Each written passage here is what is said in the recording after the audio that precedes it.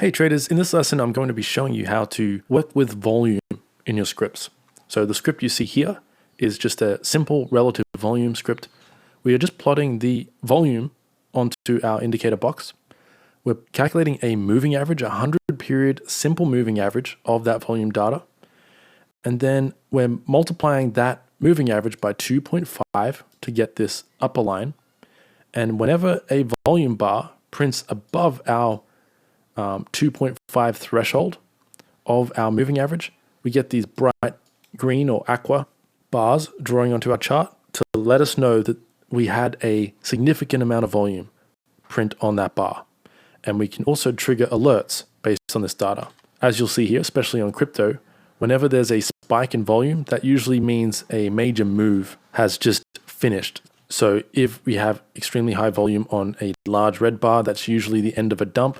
If we have a very large relative volume on a big green bar, that's usually a short-term top in the market.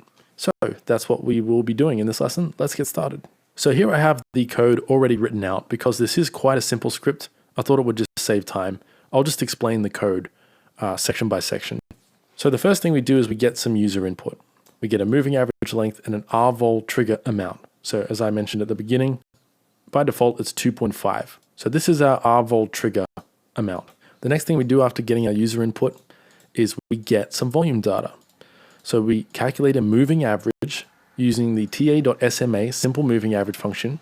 We pass in volume as the source for this simple moving average and our MA length from the settings menu.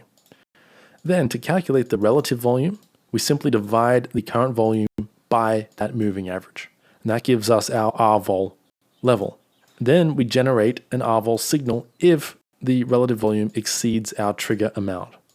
So if this RVOL level, so the current volume divided by the recent moving average, is greater than this many times the moving average, then RVOL alert is set to true. The next thing we do is generate a color for the bar, for our volume bar or column. We check, do we have an RVOL alert? If so, we set the color to aqua. Otherwise, we check, did price action close bullish? If so, we set the volume column to green. Otherwise, we set it to red.